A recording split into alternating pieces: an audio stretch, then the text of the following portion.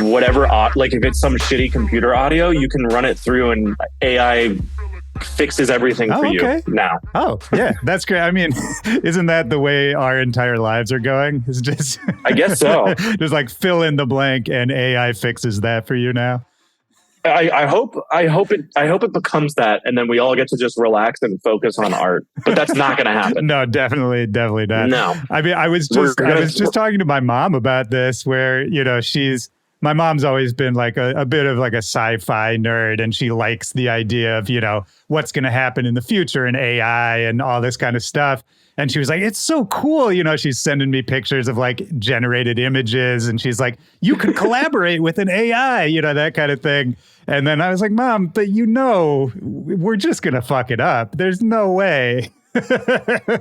Always. Yeah. We're always going to fuck it up. Yeah, man. It's going to be yeah, I don't know. It's going to be interesting. Yeah, it is. It is. I mean, it's happening so fast now, where the evolutions of it, like I know a guy who's making a generative AI for samples, for like sample generation. So it'll like make you a break that's never been made before that somebody could sample. That's fucking crazy. Yeah. Isn't that that's mind blowing. Like this stuff is going to be so cool, but I also wonder what is going to, like, is everything just going to be replaced to just, you're basically just putting building block, it's like with samples, it's kind of like somewhat like that, Yeah. I think there is the artistic part of it of like, when you're sampling a record or you're taking samples from Splice, there's like, all right, we got to put this in key. Is this going to sound right? Do we have to melodyne it? But like now these building blocks are going to be so like specific, where it's like, make me a cool lead that sounds like X song. And then you have a brand new lead that sounds like that song that you wanted to do something like, but it's cool, but it's also scary because you're like, holy shit, Well, it's like, it's like, how much does knowledge matter at the end of the day? Because I remember, again, like I remember when GPS started becoming like a big thing. And all of a sudden, you didn't really need to know how to get around anymore, because you could just put in the address and you just go there and it's fine. But then, it's like there's always that like, well, what if there's an apocalypse and all the cell networks go down and all of a sudden you can't get anywhere because you never learned how to fucking go anywhere in your city? Yeah. And I mean, I say that only to be like, does any of it matter? Like, does it matter if we know how to make a bass sound, now that something can just make it for us? And if eventually on a long enough timeline, it'll get good enough that it won't sound so generic. And you can kind of just be like, yeah, make it sound like this. It'll sound exactly like that, No, exactly. It's an interesting, like, because I've even wanted to like pick up playing piano, and because I'm not like I wish I was way better at piano. That was one thing that I always wished when I started making music. Because like I just used, I'm like, I think, is it Deadmau5? Or I remember when Deadmau5 and Wolfgang Gardner were working together. One of them is like a savant at keys, and the other one is a savant of like, I put MIDI correctly in the spots where I need it to go. Yeah. And I'm way below there, where I'm like, I put MIDI and sometimes it's right, and then I'll have to fix it later once I do the car test. So I don't even know what I was thinking right there. What were we answering? You were talking about wanting to learn piano and like, does it matter? So yes, sorry, I went off on, the tangent's correct. So then the thing is, will knowing piano even matter later on? Right. Like, it's not going to. You're going to be able to get, like, you can already go to Chat GPT and be like, hey, Chat GPT, spit me out the coolest chords you've ever heard in your entire life. That's like X song meets X song meets X song. It's like, okay, cool. Here it is. Okay, so give me the notes split, and then you have your chord progression, and you don't need to know piano because of AI. Yeah. So it's like, do you want to go backwards? But then you're right. Like in the I was watching Last of Us last night. Oh, sure. Is it good? Dude, I haven't the watched it apocalypse yet. happened. You got to know something so you can make money, or else you're gonna be cleaning the sewers of shit so you can get those little green papers. I haven't seen it yet. Was it good? Oh, dude, phenomenal. Yeah. I was like, I wish that they had put out I would have watched the whole thing last night. It's so good. That's what I do now with shows is I wait till they finish and then I just binge them all. It's like, that's probably a better idea. I don't know if it is, because it's just now I feel like my brain has just gotten shittier, because now I'm like, I don't want to wait a week. I have to wait a week. Like, I just get so mad. It's so stupid. There's no reason. Like, I think that's I don't know why I'm going down this rabbit hole to start up, but I sort of feel like that's the way the culture is going too, right? It's all immediacy. It's all, I need it right now. I won't wait for anything. If I have to wait, it's not worth it. That kind of thing. And to music too, to a certain extent, I feel that way, where, I don't know, I think as creators, I'm sure you run into this all the time. Like, here's a good example, right? So you put out the DJ Hanzel album, right? Dropped a whole album. That's right. I won that case, baby. The whole album, it's out, right? I guarantee you, if it hasn't happened already, someone is going to be like, hey, when's the next DJ Hanzel album coming out? You know? For sure. Yeah. For sure. Yeah. They'll listen to it that fast. And then, I mean, also the other thing that happens as well, that I think is such a bummer with like playlisting and all that. This is a dark rabbit hole to get down. Yeah. Let's go. So many, like, I mean, this happens on like, I don't know if I'm one of those artists that's like stuck in albums. Cause when I did Happy Machine, I was like, this is really fun. This is awesome. But there's so much stuff that doesn't get listened to unless you're like a super duper fan. Yeah. So many things get, you know, where someone's like, hey, where are these, you know, I like all the songs that are this, and it's just the singles, you know, it's not any of the other songs that are on the album. But I guess that happens. I guess I'm just complaining about something in a new form, because I bet you that happened from radio, you know? Yeah. There's people that listen to radio and then we're like, all right, I only like this one song. I'm not even going to go and get the album. And then, so never mind. My point's mute. Fuck my point. I mean, yeah, I don't know, man. We got to bitch about something. Yeah. Even with radio, that must have been annoying too. Cause that's probably when that paradigm started of like, we need the single to sell the rest of the album. Right. Because before then it was like, we need a hit song so people will come buy tickets.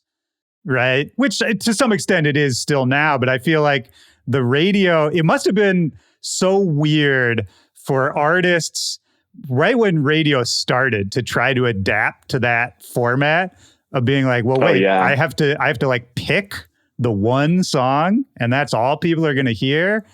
And I got to ask people to play it on their station. Also, what's a radio? Yeah. When did the first, hold on. Yeah, I was just wondering. By the way, Willie, I haven't seen you in... Dude, it's been so long. It's years. Like 10 years. You know what? It hasn't been 10. There was one time, I thought of it a minute ago.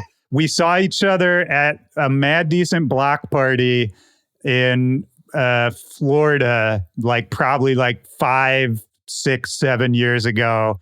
And I just remember we were both backstage, Fort Lauderdale maybe. And I just remember we sat and hung out for like 45 minutes and it was nice. That's the whole memory. Oh, I'm trying to remember which one it was. Like who else was? It was Fort Lauderdale. Wes was there. I think Brills was there. Were they doing Major Lazer? Maybe it was Major Lazer. I think Brills, dude. Brills was there back before he was LS Dream. Yeah. Very early Boombox Cartel. America was there. I don't know who else was there. I just remember it was hot as fuck. It was like 105 degrees. Everyone was gross. Yeah, that sounds right. Yeah. That sounds right. Yeah. Okay, hold on. When did the first radio station come about? But anyway, dude, great to see you again. It's so good to see you. You look fantastic. No, you do too, man. I like it. Yeah, you got a little gray in the beard. I got a little gray in the beard. I feel like we're coming along. We're growing up. No shame here. No, I want, you know, I'm not trying to make myself look like I'm not graying. I got a little bit in here coming on. It's good. I'm gonna turn into what is it? What do they call it? Silver fox. Silver fox. Gray Stallion or something like that. Sure. I don't remember. No, it's Silver Fox. It is. Silver Fox, baby.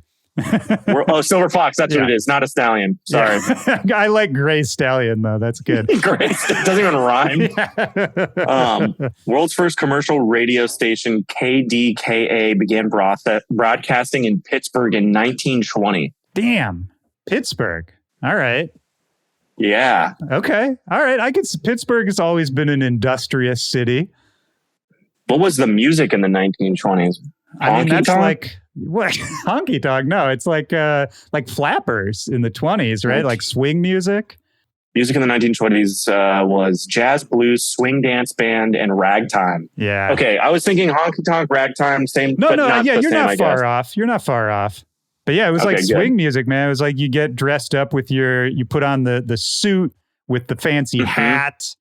And you had to be a good dancer too. Like swing dancing's hard. Oh yeah. I went to cotillion. I had to learn that. Wait, really? Yeah. My parents put my brother and I in cotillion and we would learn how to use your fork and knife correctly. Before we even get there, just because I only have a vague grasp of what cotillion is. What is cotillion?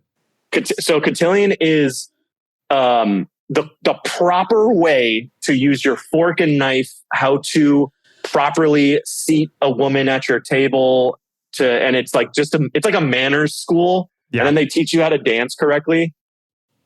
I guess my parents were just trying to keep my brother and I out of trouble. That's really what it is. Did any of it stick? Do you use any of it? Yeah. I mean, when I eat, I think I eat correctly. Sometimes I'll see people like using their fork like this. Yeah. That one always blows my mind because also it's like, it looks so crazy to like try to cut like that. Yeah. It's so hard to do. You're giving yourself so much extra work. but that, getting the seat out for any woman, they would make us bring the punch and cookies to her first and then you go get yours. Wow. So it's like all that, Wow. Just being a good person. Yeah, well, that's worth something. I mean, if you're gonna teach kids, I don't know, we teach kids all kinds of useless shit. That seems like fairly useful shit you can take with you. It was good, like it's good for where they're like. I think the one that's the most used that I have is where you put your fork and knife together when you're done eating, and that tells any server or waiter, whoever is cooking and whoever cooked the meal at home, like you're done eating and that's it. That's smart. Now that you say that, I'm like, of course I've seen a million people do that, but I don't think I ever realized that's what that was. Yeah. Dude, can I tell you, this is unrelated, but the funniest thing before we got on this call, it just made my whole week, is I got this note like half an hour ago from, I think someone on your team sent something to someone on my team. And it was just this like one line thing of being like, hey, just so Willy knows, he's going to be talking to Dillon. He's not going to be talking to DJ Hanzel. Yeah. And a lot of people think that we're the same person and we're not. Like, I brought these glasses just to like, I don't even look like him. Yeah. I don't. It's crazy. I don't know why people think that. I know we have the craziest rivalry, but yeah, I'm not him. It just really made my day because I was like, first of all, it's just a hilarious thing that you have to tell somebody. And then second of all, I was imagining my reaction of being like, well, what the fuck? I have to talk to Dillon, the person? I don't want to talk to that asshole. I want to talk. It's like just the point your life is at, man, where these are important business notifications. Yeah. It just really made my day. I've come a long way. Yeah. I mean, okay, so the Hanzel thing, and we don't have to break the fourth wall any more than you don't want to, but but it's funny to me that like Hanzel is this character that's been around in your career, circling your career for a long time. But and there's this album out now, which is a great album. Everybody should go listen to the album, Anti-Everything. But is it weird to like have this sort of side character in your life that I feel like is more relevant than ever right now? Like, I feel like when Hanzel started, it was kind of, it was this funny parody of like kind of just some tendencies, some people, some sounds we would see in the scene. But it was like a lighthearted parody. And now I feel like it's less of a parody, if you know what I mean. Like, I feel like Hanzel kind of fits well in 2023. Yeah. Again, I am not him. Sure. So just your opinion on this strange fellow. But I'll humor. It is really funny that, like, if you would have asked me if 2023 was going to be the year of techno and house music, I don't think I would have said you were correct. Yeah.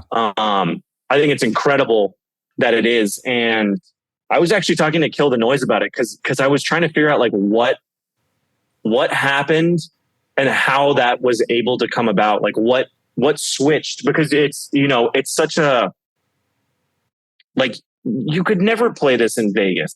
Yeah. That's a good barometer of like when something is extremely popular, is like if you're allowed to finally play it in Vegas. Like, funny enough, Moombahton never got popular enough for me to be able to like play more than just my songs of it in Vegas. Like, it would clear the dance floor for sure. Yeah, I could see it, man. Yeah.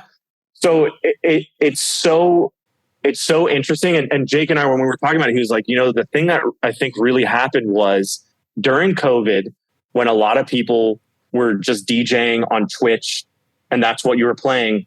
Like, what are you going to play? You're not going to play tear out dubstep. Yeah. Maybe you are. And I love it, but I don't know if I would necessarily be the person to tune in for that. When Wes and I were DJing during COVID and we were doing like the Corona Night Fever stuff, we were just playing all house records that were like, you know, deeper. Like, we weren't playing any Dembo stuff that was crazy. We weren't playing any records that were that crazy, just because it felt a little bizarre to do that. Yeah. So that's, and Jake was like, I feel like that's really where it started. And also Fisher losing it. I feel like that song went fucking insane, you know? Yeah. And that also, I think, helped a lot. So, but yeah, it's funny that, you know, this character that this is a hypothetical. I didn't, you know, it's not me. Yeah. Just some guy. Just some guy that, you know, was back then, just a like little tiny joke of like, you know, he was made to make fun of those type of producers, actually, you know, like he was like even one of my songs, Not Butter, like the whole joke in that song was to make fun of techno music that was like, we are light combination doing like, you know, and it was meant to like, I still can't believe it's not butter. That was the whole point of that. So I feel like Hanzel was like, you know, if I created him, was that version of that, like even more so. Yeah. And that's why I just wanted to keep making fun of that stuff, because it takes itself so seriously. And at the end of the day, I really feel like nobody should be taking themselves that seriously, because it's just, you know, digital music on your computer in Ableton. It's I mean, don't you sometimes like look at what I'm sure you will understand this, but I talk about this all the time on the podcast. It's like, so every once in a while I'll play a show or I'll finish a song and you just have that little out of body moment that is like, this is so weird. What a ridiculous thing that I do in my life. I could not think of a sillier thing for somebody to do for a job. Well, yeah, like it's wild that like I feel like right before DJ AM passed, rest in peace, one of the most incredible. Like he was the one that was like pushing electronic music so far in LA. But I feel like he was this turning point with Daft Punk and Steve Aoki and you know, Bloody Beetroots, Crookers. Like I feel like they were this like weird turn in America that then somehow put the DJ from being the person that plays music and creates the vibe so people can dance to people looking at you and jumping up and down and you know, you being the main attraction of the show. Yeah. yeah, there's certain times where I'm like, holy fuck, this is my job. I mean, it's really cool, but it's like, I'm being the complete focus of the night, which is like, usually that would be like a rock band or, a singer.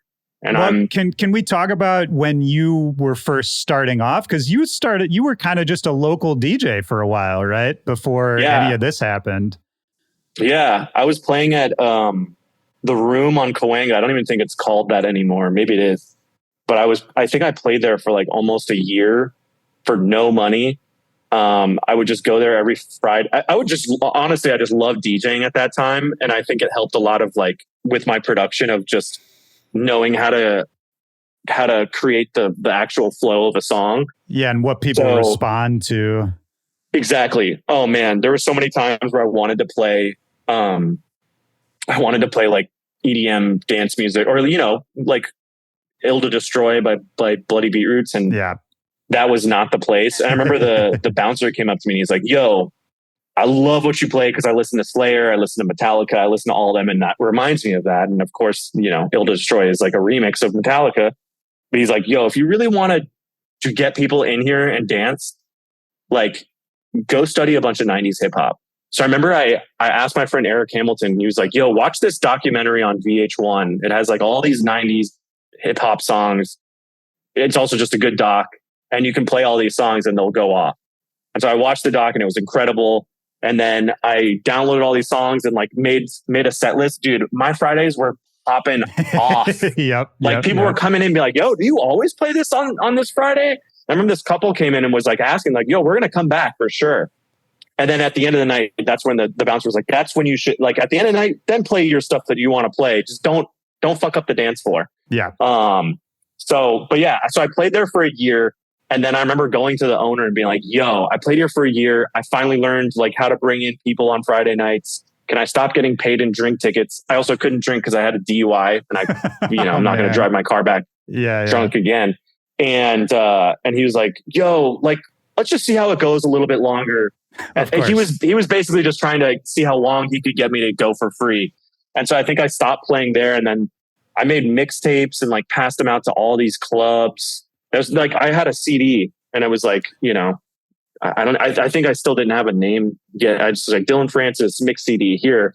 Right. It was like Breakbot, like a bunch of stuff where it was like, book me as an opener. I can do this and I can set it up for whoever's going to play. And I'm not going to fuck up, I'm not going to play, top records in the beginning. So it was that. And then the way that I got into production was through DJing. Cinespace was massive. And, it was like them Jeans, Steve Aoki playing there like every other week. But just all the people that were coming in, they were all friends and it was so cool. And it was like such a awesome group of people in Dimock. So I was like, fuck, I really want to play there, but I knew I couldn't play there unless I started making music. So that's when I went and worked with my friend Corey Enemy in Atlanta for like 4 months. And after he was like doing pop sessions, but then after every session, he'd be like, yo, what do you want to learn? Like, just show me any song and I'll teach you how to do the synthesis on it and whatever. That's so we amazing. would sit there and, That's amazing. That's just crazy that he would do that. Oh yeah. No, he was incredible. Love Corey. I haven't spoken to him in a long time. I wish I'm going to try to figure out how to reconnect with him, but the stuff that he did for me in the beginning was like monumental in terms of, I moved to Atlanta. I lived on his kitchen floor and basically was like his intern / assistant. Like I was updating his MySpace and, doing random stuff like that. But it was so cool. Like after every session, we would stay until like the wee hours at DARP. And he would just be like, all right, what do you want to learn? It was on the synth Vanguard and Albino. Oh yeah. And you remember those. They just 100%. Re-released Vanguard as well. Did they? Yeah, they did. ReFX did. Damn, I'm going to try it out. I'm going to see what's happening in it. But yeah, I remember I was just like, how do you make this? How do you make that? And then we started making music together and then I moved back to my parents' place like 4 months later. And that was where like I just sat in the back room and I did like, I remember this interview from A-Track and it was like, I put in 10,000 hours on my DJing so I could master it. So I was like, that stuck in my head where I was like, all right, I need to put 10,000 hours on making music. And then I'll make enough shit music that it'll finally get good.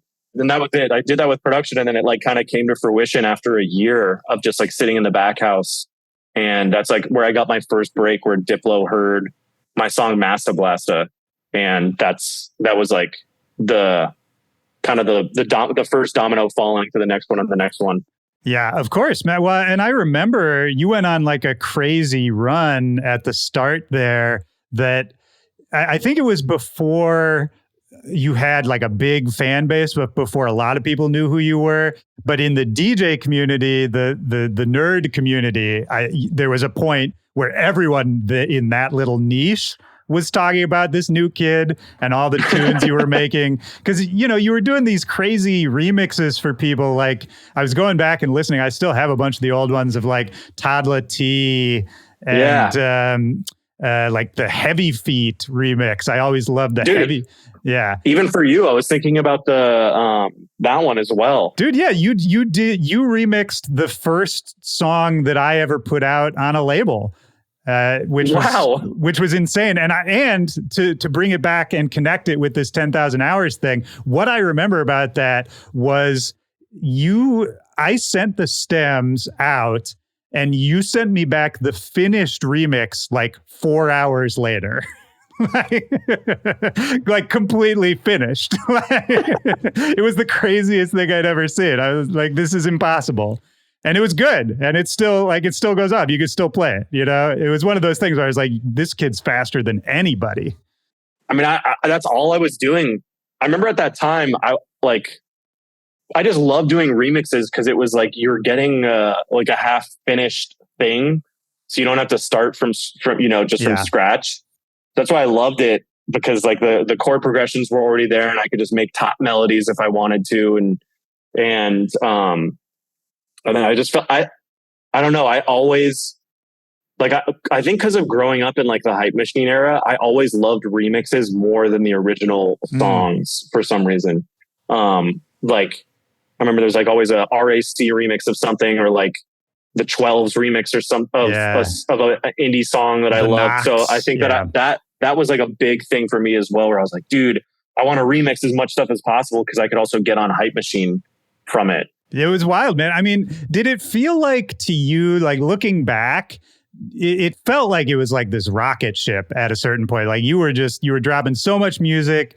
Every tune was this really fresh feel to it, this kind of unique thing built off of Moombahton, you know, which was an already established thing. But the way you were doing it, there was something different about it. There was some unique flavor to it. And it really felt like just all of a sudden, like, this is the guy. You know, like for that time, like you were, you know, there's always a guy or a girl where for some chunk of time, they're the one. And at that time, I think it's safe to say you were that one for whatever that rocket ship period was. Like, did it feel like that to you? Were you aware of any of that at the time?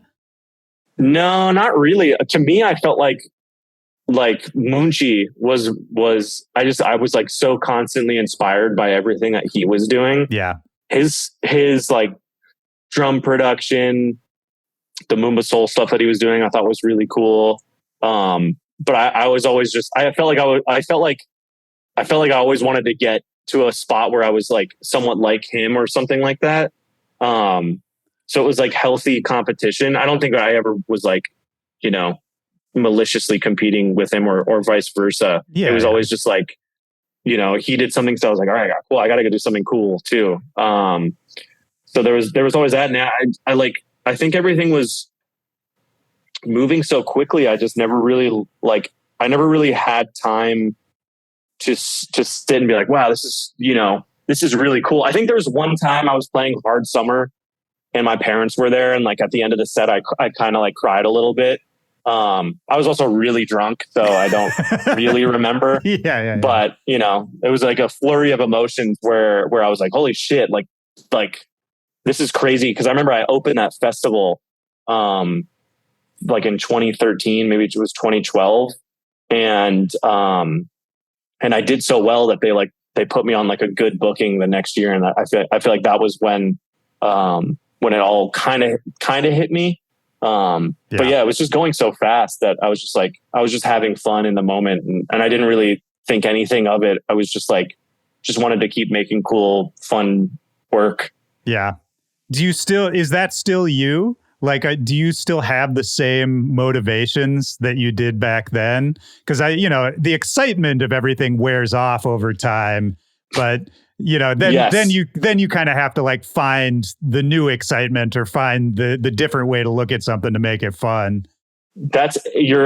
I'm exactly in that spot of trying to find that actually. And I recently started going back to Icon Collective. It's like, funny enough, Icon Collective, I was supposed to go there when I was starting out in music.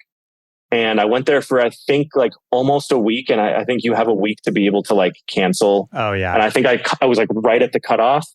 So I remember talking to my dad. I'm like, Dad, I don't think I want to go here. I think I can do this myself. Like, I don't know. And so he had to call and be like, hey, he's not going to go there. They had an argument, but then we finally figured it out. But then, so I called Chris again. And I was like, yo, dude, like Ableton used to be like a video game to me. Like I would open it up and I would be so like, I would just fucking didn't even care what I was throwing on there. I'd be like, what does this do? What does this do? Who cares? If it sounds cool, I'll do it. I'll use it. And from touring so much, I feel like I got so far away from that. Like, it takes me so much longer to finish music now. Like the last song that I worked on with Millennium, I think it took me like a year and a half. Like the song was almost done within like a couple months, but then to finally like finish it was so much longer. Of course. And it was I think also because I started caring too much. Cause when you start like, I don't know, I feel like I put a block in on my own self. And I've seen this with a lot of other producers, where they'll play me something. I'll be like, dude, this is fucking insane. Like you should put this on. Like, no, it's not done yet. It's not done yet. And there's like this really good quote from Andy Warhol, which is like, hold on. I have it on my phone. Okay, it's such a good thing to like go back to. Do you know the quote? You might. I know that it exists, but I don't remember what it is. I know what you're talking about, though. I gotta find. Okay, don't think about making art. Just get it done. Let everyone else decide if it's good or bad, whether they love it or hate it. While they are deciding, make even more art. Yeah, which is like such a good thing to like have to keep putting in your mind. Who cares if it's perfect? If it. Like, and you can be that artist that wants to do that, but it may affect your work flow and how much you're creating and how much fun you're having.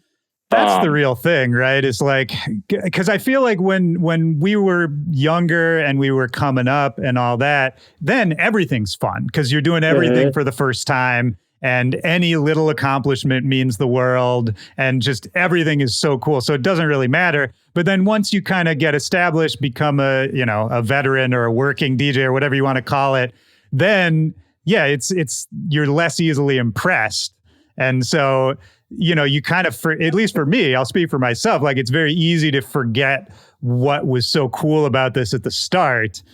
And that's, I talk about this on the podcast all the time. I feel like everyone who sticks around in this game long enough, you end up trying to just make yourself stupider again. You like, it's so true. You just try to like, I completely agree with you. Yeah. You know too much. It was like, everything's more pure when you're a kid and you don't know anything. And you have, you don't know that you're doing something the wrong way, any of that. I wonder if there's a way to like, because that really is the holy grail of like, the shortest distance between you and sort of just pure creative impulse, right? But I wonder if there's a way to learn that the first time around and not be sitting on a podcast talking about how we can do it. No, because if you like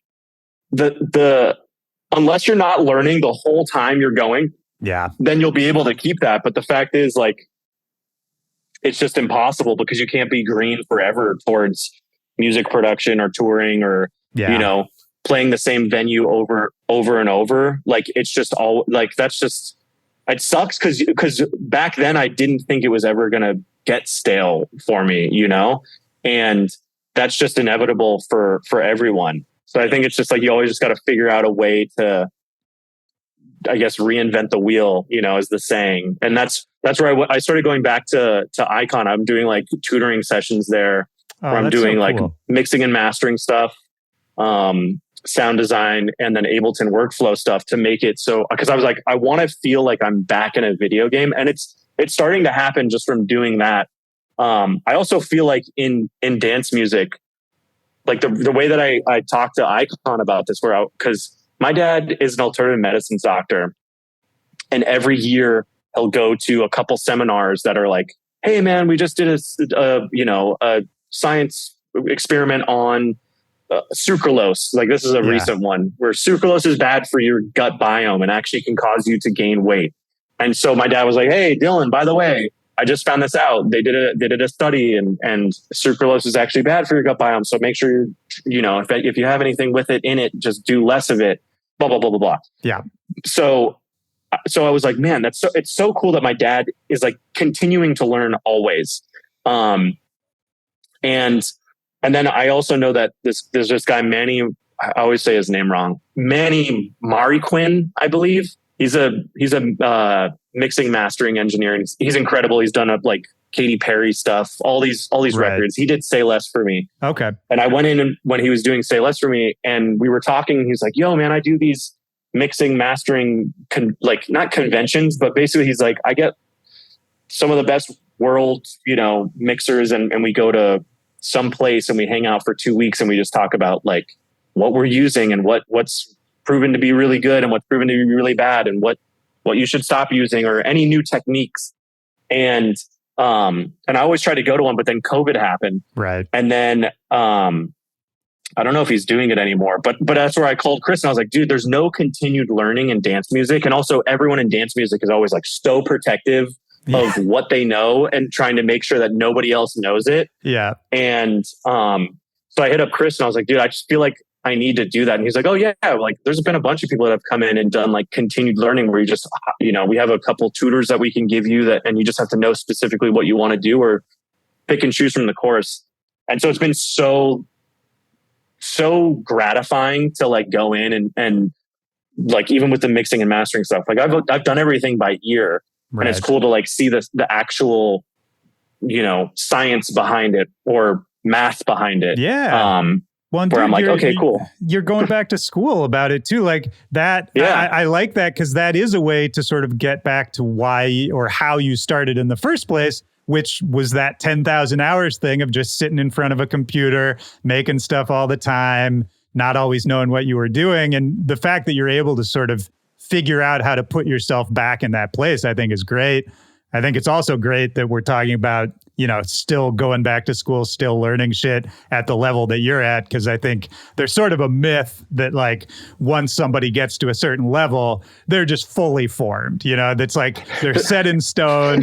They're a god. They know something that you don't, and you'll never know it. And they're different somehow. Like all these myths, man, it's funny. And I think that I had that myth in my head where I was like, well, I'm at this level. Why should I be going? And I was like, no, wait, what? Like, yeah, my dad is doing that. And why would that be any different from making music? Like that actually, dude, more so because so much different shit happens in music. Like, I don't know. I said this to somebody the other day, like my mom's a doctor as well. And doctors, they have to, I think it's every 5 years or something, they have to recertify. They have to take tests to keep their license to continue practicing medicine. I kind of feel like, somebody should start certifying DJ. Oh my God. Like, do you still know how to do this? Like, yeah. All right. You need to make this synthesizer and you have to do it with subtractive synthesis. Go. You have 5 minutes. Speed run. Man. I mean, I'm half joking, but I'm half serious. No, but it's been it's been so. I also think that like imposter syndrome happens a lot as you keep, going. Like I felt like that for me has happened a lot, and it's like you start thinking that things are way harder than they are, and putting these mental blocks for yourself. So wait, are you saying that just so I understand, the imposter syndrome for you happened more after success? Yeah, that's interesting. Yeah. Like where I was like, I feel like I can't get in the studio with people because I just like I have this like mental block now because I haven't been working in Ableton every single, like when I was working in Ableton every single day, I had exactly my go-to stuff that I was doing where it was this. I think I lost you again. Unstable internet. Oh, wait. Now I just got your internet connection is unstable. What's going on with mine? Oh, it was you this time. Fucking one Zoom. For one. And what's so stupid about this is that I'm sure we both have great internet, you know? Yeah, I know. Yeah. No, actually I don't because it's Spectrum and Spectrum sucks. Okay. Well, let's get that out there. If we get one thing out there. Yes. We need Spectrum to know that they suck and they need to stop rubbing their nipples and give us good internet. Okay. Is that what they do? They're just out in LA rubbing their nipples? Mm-hmm. Yeah. Like, oh yeah, the internet stopped. You ever seen that? You've seen that South Park, right? Where they're fucking rubbing their nipples. Yeah. Like, yeah. Tell us about your problem. How's the internet? It's bad. Oh yeah. All right. That's Spectrum. But where did it get cut off this time? You were talking about. I was saying that Splice fucked up my way of like producing because it gives you so many. It gives you so many options for samples where it almost is actually harder to make a decision on what you want to use. Where back then it was like, you're downloading Vengeance samples or you're finding samples off of, what was the website that I even used to use? I forgot what it's called. It's like, I used to be on were you ever on the torrent sites? Oh yeah. I was trying to think of there was this one torrent site that I was on that was like so good for music production stuff. Some of them are still active. I feel like I don't even want to dox them. No, don't dox them. Yeah. I think we both know about which one it is. And I'm still on there. Me too. but yeah, I felt like that messed up my workflow a little bit. And too many choices. And then I'll never like save stuff as templates or save, synths, which now I've started trying to do more. And I need to just like go back on stuff and find kicks that I should be using. I don't have. I know that there's producers that are like, yeah, I got my like 20 kicks that I use for whatever house song I'm making, and I'm like, oh, I just use a new kick every time. Yeah, dude, I do too, and I always wondered about that. I was jealous of like the speed and efficiency of that, but then I also wonder, does that? Maybe it's good. Maybe we need to limit ourselves somehow. It probably doesn't matter. It's probably smart. I'm not even going to say that maybe it's a bad idea. It's probably smart. I think it's a good idea to limit yourself. Yeah, I think it is. You got to have a sandbox, set some parameters. Exactly. I mean, like that's the time where I can actually really make music well, I think, is like if I ever get set parameters. Like I like working on like movie stuff. Like I did this Lego song with John LeJoie, and the parameters were so easy. It's like we want a pop song with this vocal on there, and I was like, okay, cool. I'm gonna make it sound, like an old Kesha record, and it worked. And it was like it's really easy when it's like, okay, this is exactly what you have to do. But when it's not, here's what exactly you have to do. You have to know for yourself, like, all right, what exactly do I want to do? Yeah. And when I like doing everything, that's a bad thing. Yeah, absolutely. Well, yeah. Does it feel like at this point in your career, is there still something you haven't done that you, in the back of your mind, you're like, that would be cool. I haven't done this yet, or like, or even just, something you're doing now that's just like, this is fun the way shit used to be fun. Yeah, no. I've been thinking about this a lot because I'm lucky enough to have played like the number one festival that I wanted to play. I think I've done it 3 or 4 times now, which is Coachella. Right. So I think the only stuff that's like really on my bucket list now is like, I really want to play that, whatever that festival is in Croatia. What is it? I think I know which one you're talking about. Starts with is it Exit Festival? Oh, Exit. Yeah. Because I don't think I played that, and I'm Croatian. Oh, are you? Yeah, and Serbian. Okay. Was there much of that? Were you aware of that as a kid? Was there like any of that culture growing up? Only a little bit from my grandma, where she would make, what's it called for Christmas? It was, why can't I think of the name of it? she would make palachinkis, which are like they're basically like crepes. Okay. And then, fuck, why can't I think of the name of the dish? But anyways, when I got older, there's a stuff called Schlievelwitz, which is plum brandy, which every time you come over to their house, you take a shot of plum brandy together and that's say Shivali, which is like, yeah. So there's that. But other than that, my mom didn't teach me Yugoslavian because she thought that Yugoslavia was going to destroy itself. Which also, I even yell at her and say, like, why wouldn't you have wanted me to know a dead language? Like, that's a job right there, to know a dead language. Yeah, like, I can translate. I got it. Future archaeologist. Yeah. Yeah. Come on, Mom. Unbelievable. Yeah, man. Big misstep right there. I know. I could have been the greatest Yugoslavian translator you've ever met. We could have had a way different conversation. That's right. That's a whole different podcast.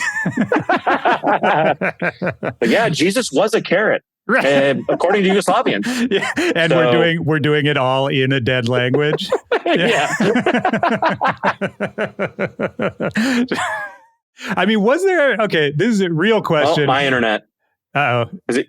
Oh, whose is it? I still got you. But was there ever a different path potentially for you? Was music always the thing?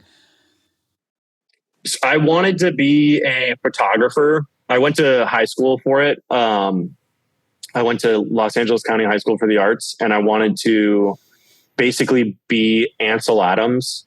Like, I thought that it was right before the digital camera came around. So when I went to school there in 9th grade, I was able to get it. Like, I was able to go into the dark room, do my own, what's it called? Do my own developing of all the stuff on film. And it was so fucking fun. And I was like, this is amazing. This is amazing. And then the next year they dismantled the whole room because digital was going to come around and basically blow, film out of the water. Yeah. And it did. And I was working on a bunch of, I was working for this guy, Anthony Mandler, Chris Baldwin, Tierney Garron. Like, I was doing assistant work where I would set up lights and do Kino fills, and because they were doing stuff for like Vanity Fair and all these like shoots. And I thought that was a cool way to get in to make money. Yeah. But then my whole thing was I wanted to be a photographer on National Geographics and go and take like incredible photos of, mountains or whatever it is. Yeah. And then I found out that National Geographic doesn't actually hire any of those people. They're just, you're submitting your photo and you get paid off of that. Right. And they don't actually hire anyone. So I was like, wait, this fucking sucks. Yeah. So when I graduated from LOXA, and I got into San Francisco Art Institute, and I went up there and I showed them my portfolio. I was like, I want to do this. And also I went to that. This is the stupidest thing ever. I went to my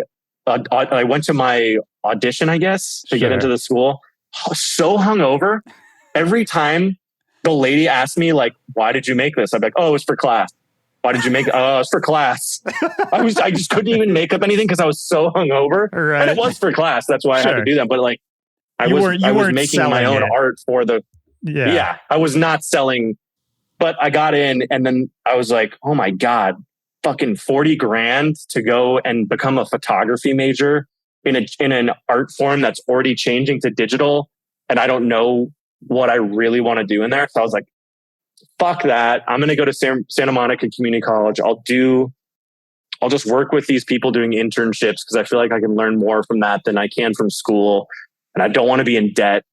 And I'll just try to go through like all my general ed stuff and transfer to UCLA. And I dropped out after a year at SMC because I was like, school is just not for me. I'm so much more of a visual learner. Like, you show me how to do something, I can do it in 2 tries.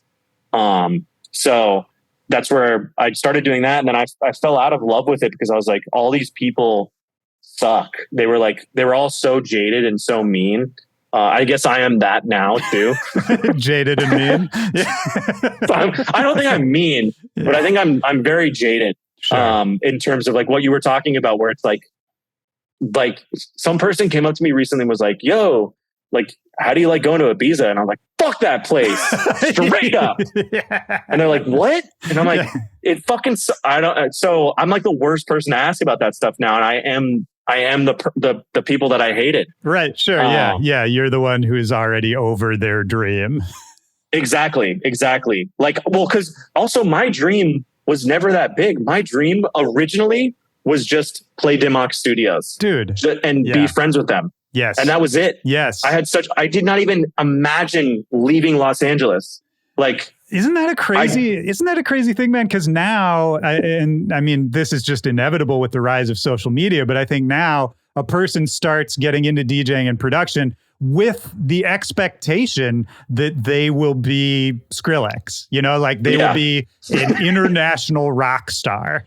Whereas I know it was the same for me. I mean, I was living on the East Coast, and I saw a bunch of people I knew were living in Chicago, and there was just a cool DJ scene there. Like this was, Floss was doing local parties there. Yep. There were a few other people throwing cool, just Chicago events. There was no touring. There was none of that. And I was just like, I just moved my life to Chicago just because I was like, this looks awesome. I want to do that. And then I just hung out and we partied and we threw events and we all DJed together.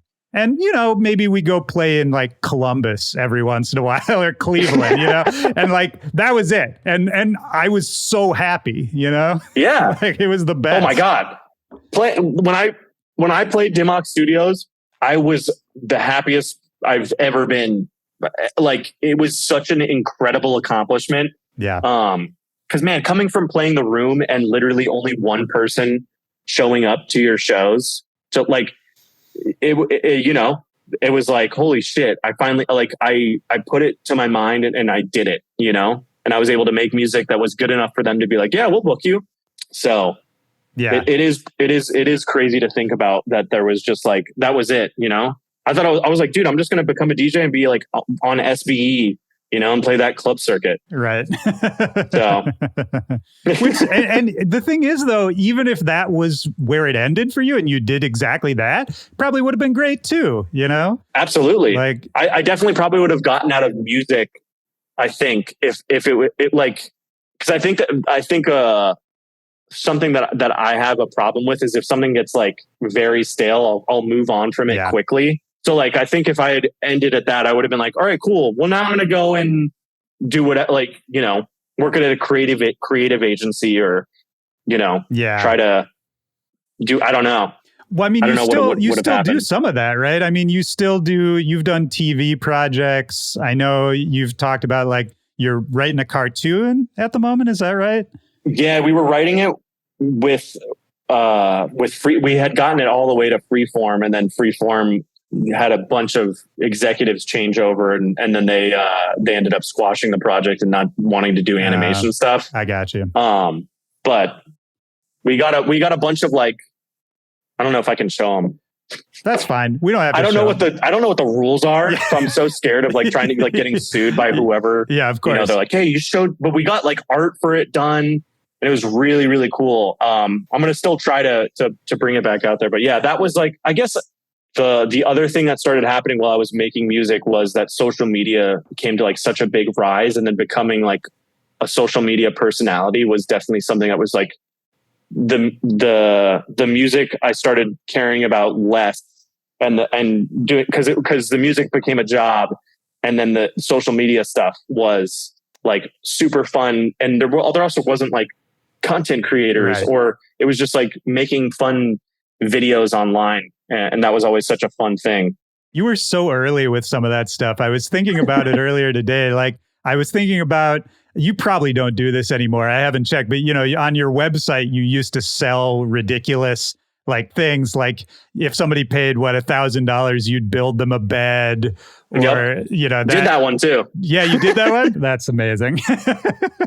But a lot of that, it reminded me, it was like kind of like what Cameo is now, where you just pay somebody, a certain amount, and they send you a video or they do a thing for you, that kind of thing. But this was like years and years and years before Cameo, but it was kind of that idea. And I feel like you've been just a little ahead on certain things like that. Even characters like Gerald or Hanzel or any of that, I think now is somewhat standard. I see people, like make a funny alter ego to do videos with. But when you started doing it, at least to me, it didn't seem like there were a lot of people in our world even thinking about that.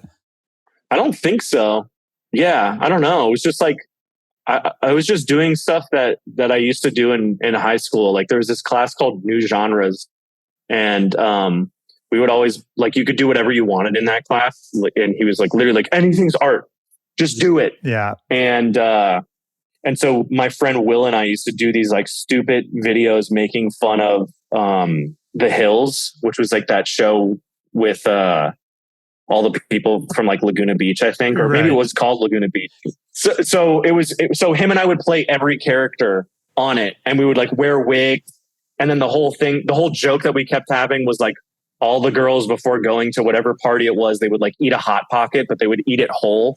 And then they would like drink and throw it up. And then all the guys were like complete douchebags and just saying horrible things. Yeah. So when social media came around and I was like, oh, I can do like all those stupid videos that I was doing, I just started like creating characters just because it was like an outlet that nothing had been done. Like there was no set of rules. And funny enough, now that I'm thinking about it, like that was one of the things that I loved about Moombahton for a long time, was that it was such a new genre that there was no set of rules whatsoever, that you could do whatever you wanted and no one would really say anything about it. Yeah. And same with like social media, you could really do whatever you wanted and no one would say anything about it. Now, like if you make a video and you by accident put Pringles in it, someone's going to think it's an ad, or if you say anything about some, you have a Nike, like, I'm going to use my Nike running shoes and, doing whatever. And they're like, oh, this is a fucking ad. Yeah. And that was never what was happening back then, because nobody knew that that's what it was going to turn into. So, yeah, now I hate social media. Yeah. Are you still on it? I mean, I'm sure you're not on it the way you used to be, but I don't even look at Twitter anymore. I'll go on there if I hear that something bad is happening and go to like look at live updates, which I think that's a really good thing. No, that's to be valid. like, okay, cool. Yeah. Like it's more of a news aggregator, I guess, that I go to. But yeah, I don't really do anything on Twitter anymore. And then I'll do stuff on like TikTok and Instagram. I'll still use those a bit. But yeah, I feel like it's like gotten so stale as well for me on that stuff. This year, I'm definitely going to like take more time and figure out exactly like what I want to do to like re-inspire myself for me. Like, I mean, I'm already doing half of it for music. Yeah. And then figuring out what that other side is going to be for social media stuff or just what I want to do. Because it's like, I used to love making music videos so much, and now music videos is like not an art form anymore that people really go and look at, I guess, unless you're like Post Malone or Drake or something. Yeah. Like, I don't think, like, it's more so that you should do a TikTok to your song that's like 15 seconds rather than being like, I'm going to make a music video that people are going to want to go watch and then do that. Yeah. But I don't know. Yeah. I don't know. These are the thoughts that I have. Yeah, no, it's I'm true, just man. Spraying them out there. No. Yeah, it's bizarre. I mean, it's an odd time for everyone, man. And I think you're not the only one in that space right now. Like everybody I talk to, podcast or otherwise, musician or otherwise, I feel like I've talked about this a few times. Like there's this, I don't really get too into woo-woo stuff, but I do feel an energy from a lot of people I'm talking to of like, especially new year 2023, this is maybe the first year where a lot of people feel like the world is really back, and I feel like everyone's got a little fire in their belly to like go out and do something to figure it out. Because we spent the last few years just, maybe you wanted to do something and you couldn't, or maybe you were glad you didn't have to do anything and you kind of turtled up. I did a little bit of both, but now it's like, okay, we're back. There's less restrictions on what we can do. And it's been long enough that the stresses of whatever I was worried about a couple of years ago seem pretty distant. So it's like, all right, well, what's the worst that can happen? We might as well try something, Yeah. Yeah, I definitely think that. very true. I mean, for you, I think like, especially in COVID, I feel like everyone did kind of take a moment to stop as well, because like the hamster wheel the hamster wheel stopped for everybody, not just a couple people and then everyone else. I'm saying that in terms of creative stuff. Like, I think the hamster wheel stopped for most anyone in the entertainment world. You know, for anyone that was touring, that was working on touring stuff, they couldn't tour. They had to figure out how to make money from, you know, either setting up live DJ sets that were on Twitch. But I think for a lot of people in music, it was a time where it was like, okay, I don't have to compete against anyone right now. And then I think that also affected the music that was put out during that time, because it was like, well, there was no competitive nature of it, you know, during that. Yeah. And I also think people didn't really know, like, all of us make music to play live. So it was like, all right, what do we make now? But yeah, I feel like with 2023 now, it's like finally there's somewhat of a tent pole in the ground of like, okay, this is what we're making right now, and we'll see what it changes into in the next year or so. But, you know, here's what we can be competitive against again. Well, and I think too, like you were talking about the sets you and Diplo did, like the live streams and all of that. And so many, you know, I was doing live stream sets, everyone was doing them. And it was weird and it sucked in some ways, but then I think something cool came out of it where, like you were saying, it was like a lot of people realized that the audience's taste is a lot wider than maybe you thought it was before, and that people were open to a lot of different kinds of music, and you could DJ weird shit that you would never play in a club and people would be into it. And at least for me, that was really nice to see, in that, like, oh, there's whatever I want to do, there will be some audience for it. I could have the weirdest idea and someone in the world will probably like it, you know? I'm like, yo, dude, I love this IDM. Dude, straight up. Do you know the producer Ramon Pang? No, he's great. He's kind of trying to do this like somewhere in between EDM and IDM thing. Nice! I loved IDM. I did too, man. Yeah, shout out Preview 73. Oh my god, the best. The best. I mean, I guess Apex Legends twin was the cult leader of IDM, I think. Yeah, I loved all that stuff. I mean, even was Postal Service considered IDM? Because it kind of like, it was very, like, the drum patterns were certain. That's like true. Sometimes where that's they were true. intricate. Indie IDM, I guess. Like indie IDM. I like that. But anyway, I don't even remember why I was talking about all of that. But what I wanted to ask you, you know, like going forward for you, is this kind of just a year of free form inspiration? Are there things like what is your life like on a day-to-day basis right now? Like, what do you spend your time on? Right now, I do tutoring at Icon Tuesday, Wednesday, and Thursday for 2 hours. And that's really just like getting me back into working on music. And then I've just been working on just singles and then other random music as well, and just trying to figure out exactly like what I do want to do for not this year, but the next year. Like, I think I'm going to take this year very slow and just kind of really think about what I want to cultivate for whatever audience I have, and try to create something really fun and interesting, and not have any expectations for myself, but then also to not put any like bars of what I want to make. And I want to see where that goes. Cause I've just been thinking about like when I started, and I didn't care what I was making. And I think as dance music has gotten so popular in America and everywhere, and pop music started to become dance music, I think I've kind of blurred the lines between that. And I'm like wondering if I want to not go in the direction of more of pop music and make stuff that's like more of the old stuff that I used to make. Yeah. Not Moomatone, but like, you know, just really diving back. Like, that's why I wanted to go to Icon, was like to dive back into synthesis stuff, really learn the ins and outs of Serum and whatever synths that I'm using, Diva, and then just really like try to hone in on what I want to do and that what's going to make me creatively fulfilled. I think that's what this year is really going to be for me.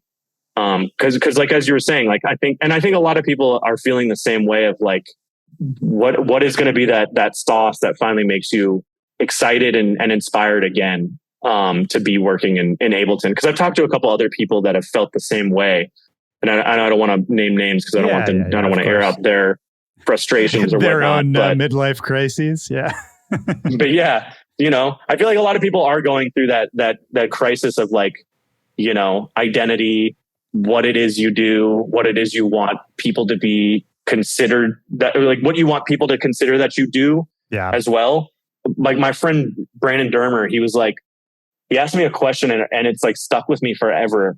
It's like, what do you want people to say when they hear like, oh, you know, this artist Dillon Francis? What do you want that response to be?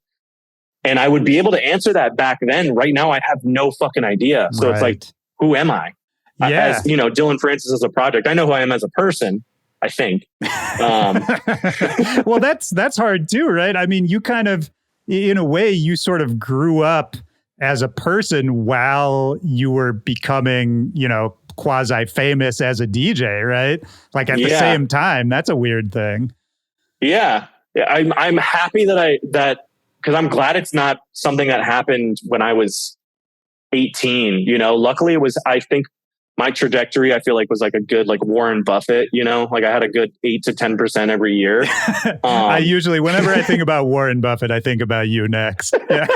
Good. Yeah. But no, I really do feel like I feel like I never had that crazy viral moment, which thank God, because that is such a tough thing to have to go through. I think people don't really understand how big of a burden that is on your psyche, just everything. It's just like, it's so hard to compete against that thing that everyone knows you for, that you have to do better than every single time. And especially if it was unplanned, if it was an unplanned viral moment and you weren't ready for it. Whew, exactly. It's tough. So I'm very happy that it's been that way for myself. Being 23 and that happening, I felt like I was at least a little bit more grown up than if that would have happened to me if I was 18. I don't know if I would still be here today, you know? Yeah. Sadly. Luckily that didn't happen. But I you know, that's like always a scary thought. If like you're not grown up enough to be able to handle the money or the fame or, you know, your insecurities that you're going to have. Well, so even much if you think you don't have them, you're going to find them out quick. Oh yeah. If you think you don't have them, that's almost the worst position to be in. Because that just means they're going to fucking sneak up behind you. Yeah, it's so bad. But the other thing is, man, you just made me think of this too. So much of what we do is just pure timing and luck and shit that's out of our control. If anyone asks me shit, it's usually somebody who's like, you know, how do you get from A to B? How did this person get to where, you know, the start to the end? What's the secret is basically the question. And it's such a bummer of an answer, but it's like, nah, man, you have to work hard, obviously, but you have to be super lucky. The timing has to line up right. You have to make the right thing at the right moment, and you won't know if it's the right moment or not. We do so much of this in the dark, you know? Yeah. I mean, I remember there was an interview where Deadmau5 was talking about that exact thing. And the main thing that he was saying was like, I just got lucky. I was lucky that I was on the Reddit. I don't even know what Reddit was back then, you know, whatever forums he was on, talking to people and making the music he made. It was like he was perfectly in time without knowing that he was in time. Yeah. And I think that kind of happened for me where like, I was a kid that was like obsessed with technology and the internet. And I thought it was so cool. And Hype Machine was something that was really cool.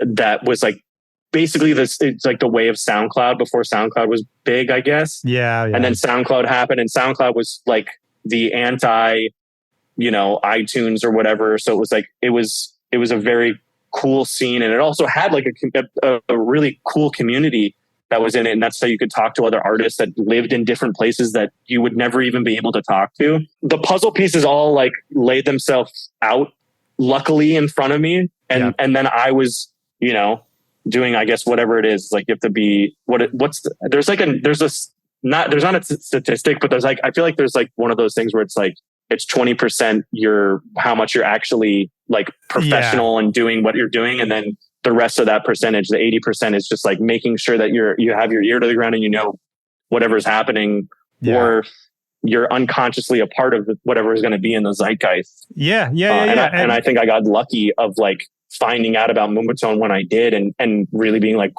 fuck, this is so cool. I'm going to start making it because it's not dubstep. And I've been like making the same dubstep over and over, and it's nothing's hitting. So let's try this.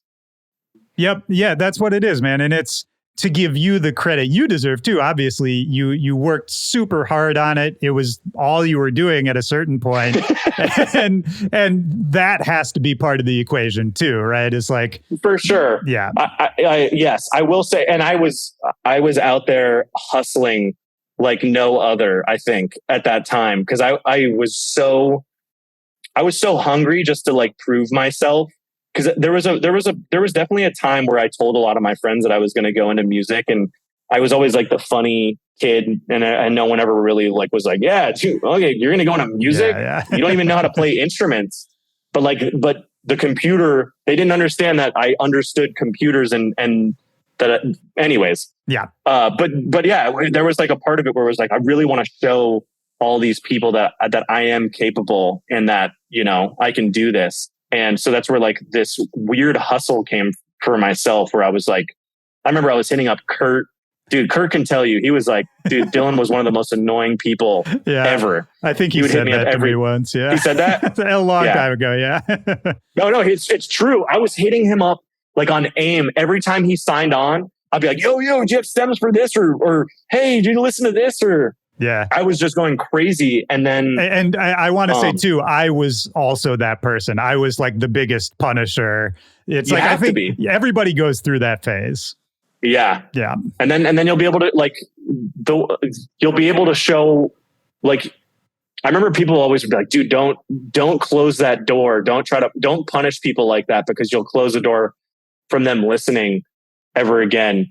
But also, don't ever listen to that if anyone's told you that, because I did it and they still listened later on. Like, once you get to an undeniable sound, then it washes that, you know, shitty taste of whatever shitty song you sent them, and then they'll pay attention. Because I remember I did that to so many people. Like, I remember I did it to Destructo, who books hard, and he was like, "Fuck no, these suck." And I did it to Kurt. And so many people. I did it to Diplo. Yeah. I did it to Diplo real bad, to the point where, well, he was like, you know, he liked what I was doing, and I worked on some Major Lazer stuff for him back in the day. But even after that, I was still doing it. And at a certain point, he just sent me an email that was like, bro, you got to chill out. Like, you got to stop. Like, and he wasn't mean about it. And in a way, it was like the best advice I've ever gotten. But it was to the point where he like took time out of his day to be like, stop. Like, stop doing this. Oh my God. Yeah. That's amazing. Well, it's cool. You're mentoring, man. That's got to be just keep you connected to all this shit we're talking about too, like coming up and the hunger and the young excitement. Wait, am I mentoring anybody? Oh, isn't that what you said? You were doing tutoring at Icon? No, I'm getting tutored at Icon. Oh, I missed that. I thought you were going back and kind of doing like a hybrid, like teaching, learning thing. Okay. No. I'm going back and like literally. Oh, that's even better. I'll go into the mixing and mastering session with this guy and be like, pretend I don't know anything. Like, I want to learn from the beginning and just know that I've done these things correctly. Nice. And then I'll go into like the synthesis one and be like, all right, how is this made? How is that made? Just to like refresh my brain and be like, okay, I do remember how to do all this stuff. Yeah. No, and that makes more sense than what was in my head. I thought you were doing some weird hybrid thing, but no. I mean, I do like, I think sometime in February, I'm going to do like one of the Q&A things. And I do want to meet all those kids, because, you know, those are going to be the next people that form whatever dance music is that's going to take place. So I do want to meet all them. And it was me, Kurt, Getter and Arye. We went and we did a live podcast. Dude, I love Arye, man. We did a live podcast at Icon. This was pre-pandemic, but dude, it was like, yeah, just us in front of like 40, 50 kids having the same conversation you and I are having right now and taking their questions and meeting them. It was like, Kurt and I still talk about it to this day. It was one of the most meaningful things I've done in a long time. You should totally that's do awesome. it. You would love it. You would love it. Oh no, I'm excited to do it. I can't wait. And yeah, like just meeting some of those kids and like, I want to see if I can hear some of their music too. And like give, constructive crit and then even just keep in touch. Like I'm just going to keep in touch with Icon and Chris, who I think runs and owns it forever, just because it's been so, even just, I think I'm on like my 4th week of tutoring, and it really has started to make me be like, okay, cool. I'm going to start, like, I know I'm going to start having fun again. I want to finish all the stuff, and then I want to go in with like super fresh mind and just start using all the tricks that I've been learning and really go in and make music. Man, I love it, man. Well, dude, it's really fun to catch up with you, man. I feel like we could talk for hours, but I don't want to take up your whole day. We definitely could. Yeah, I think so, man. Well, and hopefully we will. I'd love to see you outside of this too sometime. Grab some dinner. Yes, be great, man. Are you still in Chicago? No, I was in San Diego for a long time, and now I'm in Washington D.C. Oh, okay. Yeah. Well, I think I'm going to be there sometime soon. I'll text you and let you know, dude. That would be great. Is there anything else? I mean, we talked about the Hanzel album for some reason, even though you don't know that guy. Yeah, I don't know. Yeah. Is there anything else on your mind? Anything I didn't ask you? Anything else you want to get out there before we go? No, it was a really good, refreshing conversation, and it's cool to hear from you that people are going through the same thing that I'm going through in my brain. And I feel like it's a lot more people than I thought. Like I even had a conversation with some other person yesterday where I was like, this is crazy to hear this from you, who I thought was not going through that problem. So I feel like everyone's doing this like little, who am I? They're the Derek Zoolander in the water. Who am I? I don't know. Yeah, dude. I mean, to me, that's kind of when everything else fails. That's what keeps all this fun to me, is to remind myself that no one has any idea what they're doing at any level. No one has any idea. I have no idea. Yeah, I really don't. It's great. It's great. I mean, well, I've even going back to those tutoring sessions. The funniest thing too is like the main thing is, if it sounds good, that's it. Yep. That's it. That's really all it comes down to. If it sounds really good and it's not like a shitty version of a song. I mean, also a shitty version might work just if it has that it factor. But it was cool to like remember that again. Like, yeah, it doesn't need to be perfect. If it's good and it's good, then fucking go for it, dude. 100%. Yeah, that's the last thing I'll say. Have you seen those like viral videos of the baile funk shit that's going around right now? There's just this one clip of this kind of the production. The reason it's getting sent around is because the production is like almost unlistenable.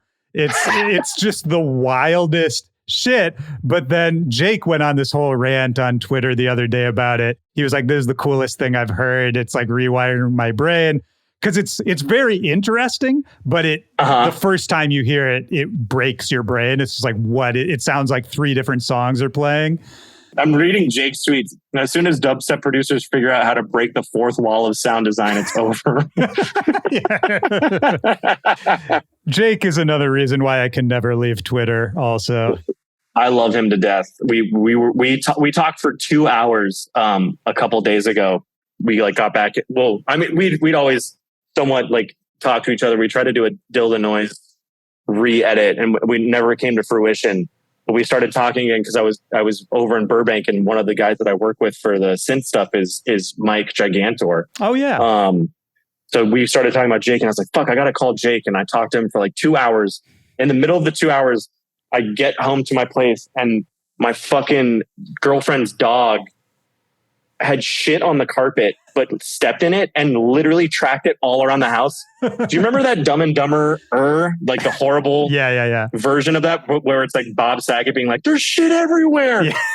I was basically Bob Saget yelling, there's shit everywhere. And I was like, Jake, I gotta call you back. That's perfect. That's good though, because with him, you need something to end the conversation or it will not end. It's true. It's true. Nothing against you, Jake. I love you. No, he's the best. He is one of my favorite people to talk to in any context. But every conversation with him is a podcast. Every time you talk to him, it's a podcast. So funny. All right, man. Well, let me let you get out of here, dude. It's great to catch up with you, man. It's great to see your face. Dude. And, it's been a while. Fantastic. Well, dude, it's incredible talking. That was such a blast. Dude, so much fun. I miss you. I love you. I miss you too, baby. I miss you too. I can't wait to see you in DC, for real. Dude, let's do it. Let's absolutely do it. Thank you for doing this, man. I know there's going to be a lot of people excited to see you on here too. And that's it, man. Let's hang out soon. And see how depressed I am. Yeah, a lot of people have been waiting to find out how depressed you are. Can he be depressed? Yeah. Well, that's Sad Machine's got to be the next That's album. The next one. Yeah. But didn't Porter Robinson make that already? Isn't that one of his songs? I mean, he did, but don't let that stop you. You know, you could You're right. What if you just remixed the Porter Robinson album, Sad Machine? That's what I'll do.